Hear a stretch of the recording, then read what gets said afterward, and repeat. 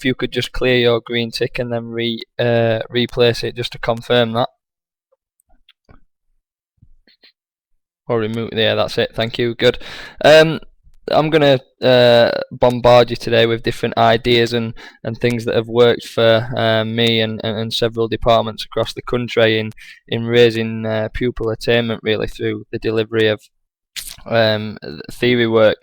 If you've got any questions and things, yeah, pop them in the chat box, but I'm available after the session and things if you want to get in touch to ask any more questions on it.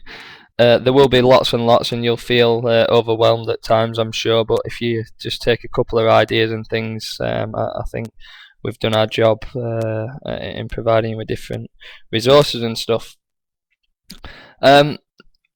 Talk a bit first then about target setting and the importance of that with students.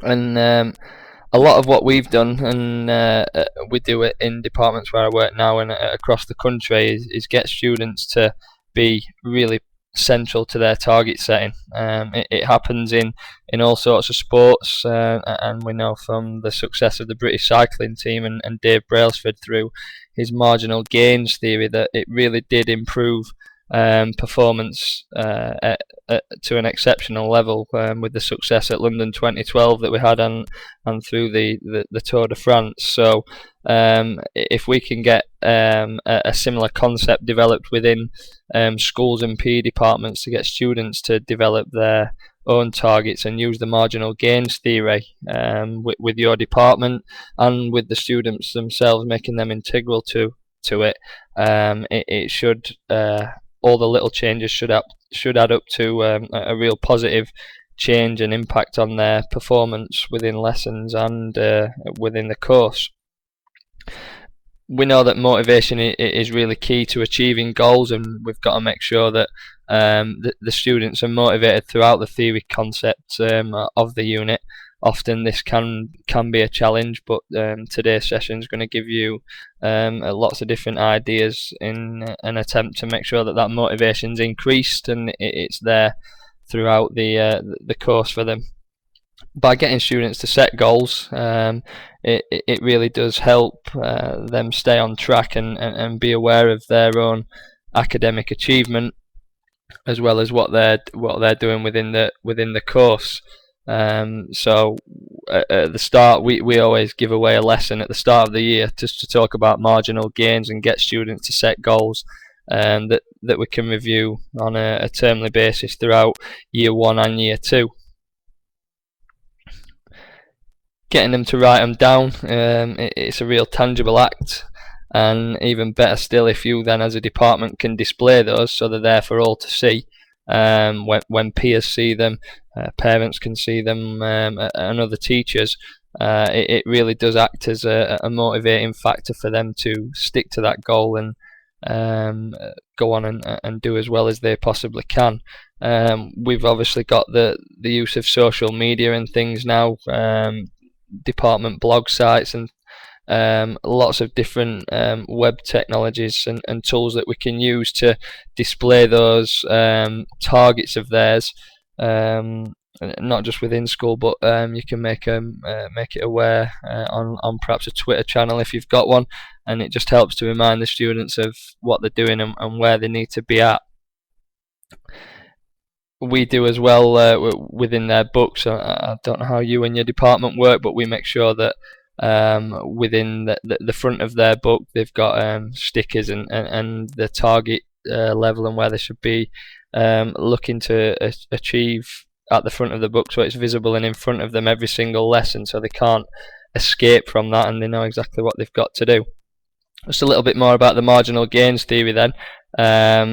We give them this document that you can see here at the start of the year, and we get them to break the syllabus down and make up as many sort of little 1% changes, marginal gains that they could think of, and we could do as a teacher to help them out, and get them to really look and analyse how they can best give themselves and best prepare themselves for the course ahead. And through doing this, students take ownership of their own learning a little bit more, and you can see from this one a few of the different marginal gains that students have popped down.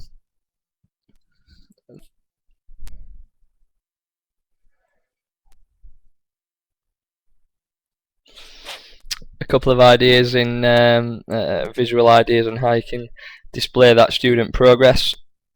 Displaying that progress obviously gives them that visual indication of how well they're doing, and or how well they're not doing. And by making it sort of competitive and things, the students are continually striving to keep up with their peers and do as well as possible, as it acts as recognition across the school. Other people can see them, and it's a constant reminder, and sort of a hidden pressure on them to make sure they're doing as well as they can do. Again, by giving them ownership of the learning, it helps increase motivation with them. And nowadays, again, with the technology that we've got available, you can get those online using Google Docs and things like that, that students, parents, and anyone can access, to have a look at how well their son or daughter's doing. And that's something that we always mention and bring up when we speak to parents, whether that be a parents' evening or something. Something else that we do within lessons is we use this solo template, and I'm not sure if you're aware of it or not, but Pam Hook, if you go onto her website after this and have a look at the information on there, there's an abundance of information and resources for how to use it and embed it. But it stands for structure of observed learning outcomes, and it really is a great method to use and adopt and embed to highlight progress. It scaffolds the learning for students within lessons. They can see what they're going to do. It maps out the lesson for them, and they can see exactly where they're at and what they need to do to improve further. It's very step by step and sequential, so it's easy for the students to understand and get their heads around, and it does let the students plot out the lesson as well. For you as a teacher, should anyone be observing, again, it's a great indicator for progress over time throughout that lesson. Not just progress over time over the unit. You can see exactly how their knowledge is improved. We just get them to initial and timestamp where their knowledge is at the start of the lesson, and then at periodic points during that lesson we'll assess where they are and what they know, and get them to initial and timestamp again, so it gives a clear indication for anyone in there looking to see exactly how well they have done and what information they're taking on board. Google Drive as a department now, we have uploaded all our trackers and documents up to Google Drive. This then allows multiple teachers or multiple people to access this at once and use and change. I know sometimes as staff, a couple of years ago when we used a document, only one person could access it at a time. But again, with it being on Google Drive, you can share that web link with anyone you want, share it with the students themselves, and they can really see exactly where they are and where they need to get to.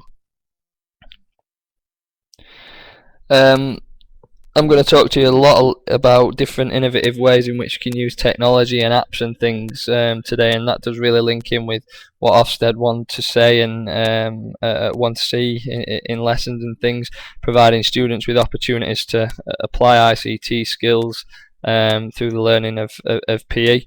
And everything that I'm going to show you is going to be achieved through using the Web 2.0 tools and modern technologies that